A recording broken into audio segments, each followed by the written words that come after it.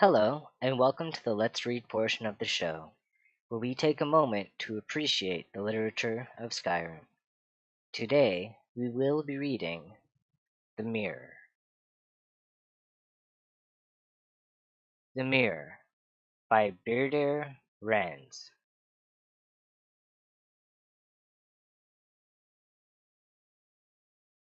The wind blew over the open plain, jostling the few trees within to move back and forth with the irritation of it.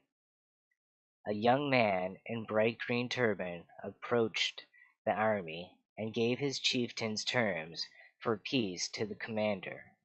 He was refused. It was to be battle, the battle of An Kolar.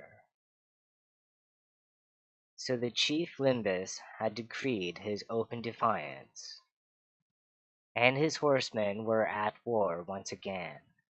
Many times the tribe had moved into territory that was not theirs to occupy, and many times the diplomatic approach had failed. It had come to this, at long last. It was just as well with Mindothrax. His allies may win or lose, but he would always survive. Though he had occasionally been on the losing side of war, never once in all his 34 years had he lost in hand-to-hand combat. The two armies poured like dual frothing streams through the dust, and when they met, a clamor rang out, echoing into the hills. Blood, the first liquor the clay had tasted in many a month, danced like powder. The high and low battle cries of the rival tribes met in harmony as the armies dug into one another's flesh. Mindothrax was in the element he loved. After 10 hours of fighting, with no ground given, both commanders called a mutual and honorable withdrawal from the field. The camp was positioned in a high-walled garden, off an old burial ground, adorned by springtide blossoms.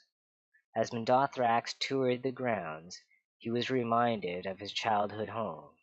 It was a happy and a sad recollection. The purity of childhood ambition. All of his schooling in the way of battle, but tinged with memories of his poor mother.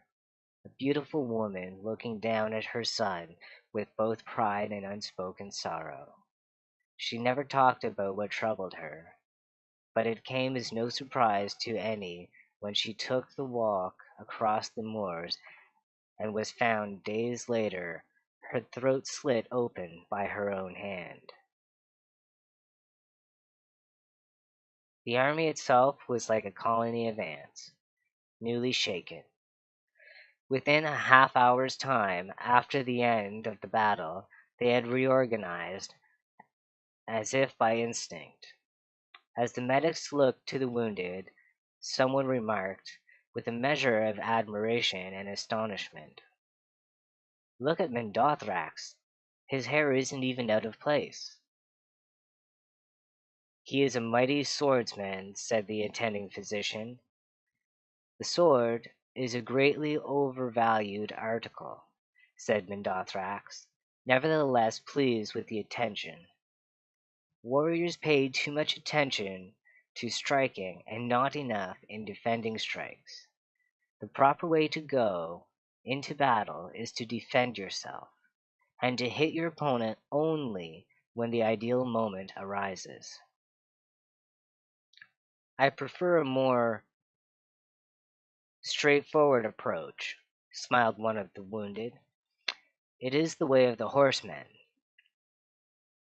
"If it is the way of the Bajorsa tribes to fail, then I renounce my heritage," said Mindothrax, making a quick sign to the spirits that he was being expressive, not blasphemous. "Remember what the great blade master Gaiden Shinji said?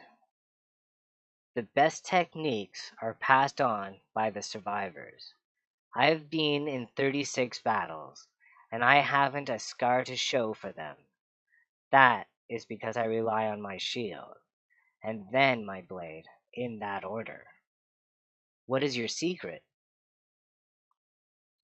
Think of melee as a mirror. I look to my opponent's left arm when I am striking with my right. If he is prepared to block my blow, I blow not. Why exert undue force? Mendothrax cocked an eyebrow, but when I see his right arm tense, my left arm goes to my shield. You see, it takes twice as much power to send force than it does to deflect it. When your eye can recognize whether your opponent is striking from above or at angle or in an uppercut from below, you learn to pivot and place your shield just so to protect yourself. I could block for hours if need be, but it only takes a few minutes or even seconds for your opponent, used to battering, to leave a space open for your own strike.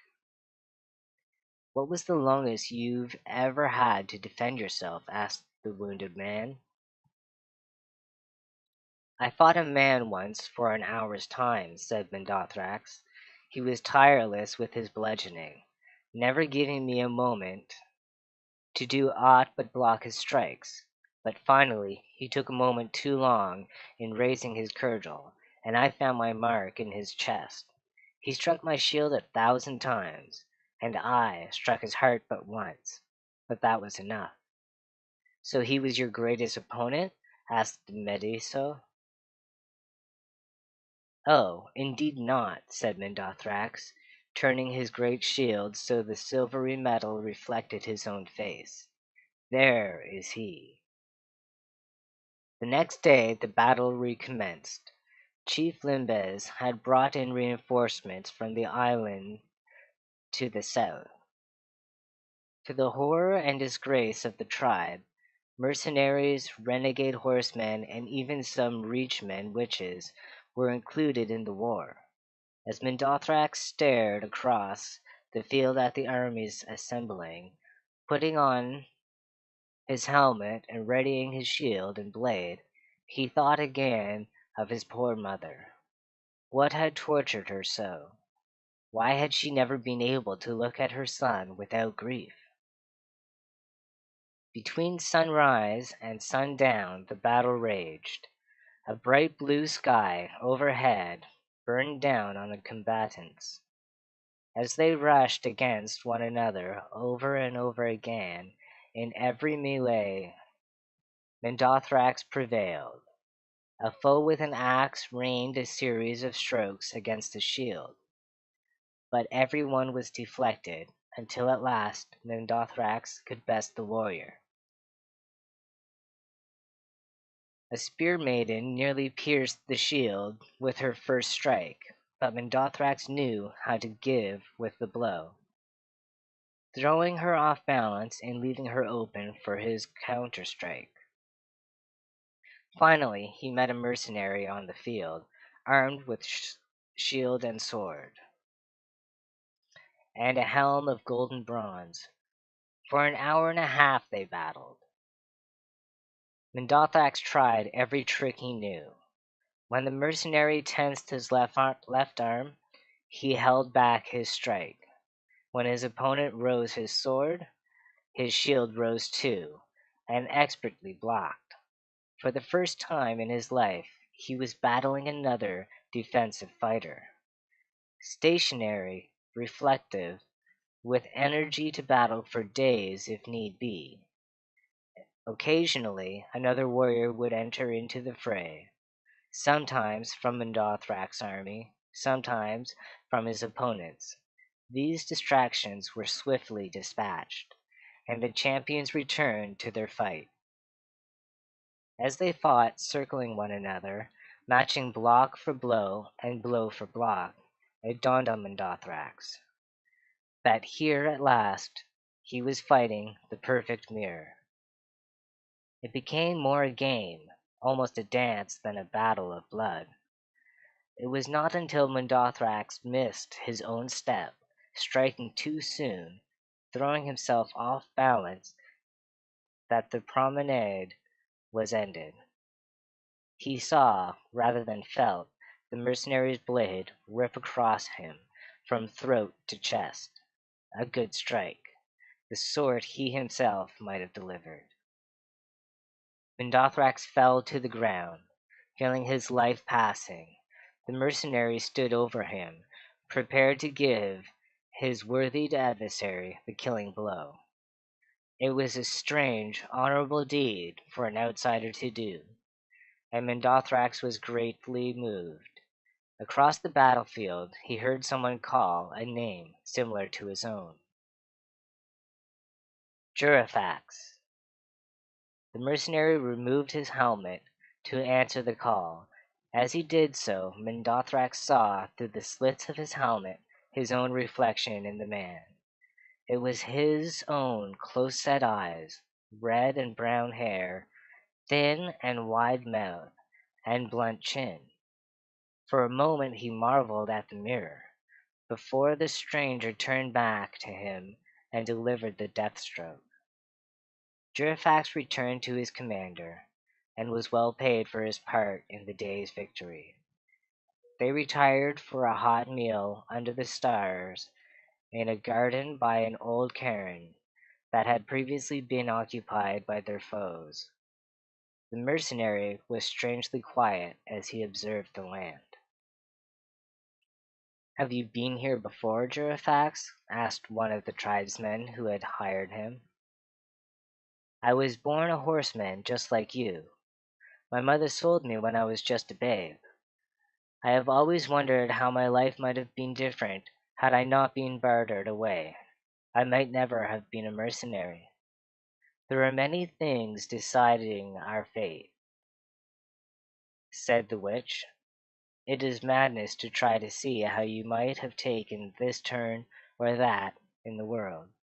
There are none exactly like yourself, so it is foolish to compare."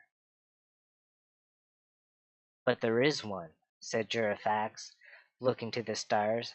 "My master, before he set me free, said that my mother had twin sons when I was born. She could only afford to raise but one child, but somewhere out there is a man just like me, my brother. I hope to meet him." The witch saw the spirits before her and knew the truth, that the twins had met already. She remained silent and stared into the fire, banishing the thoughts from her head, too wise to tell all. Thank you for joining us for another episode of Shadows. Let's Read the Books of Skyrim.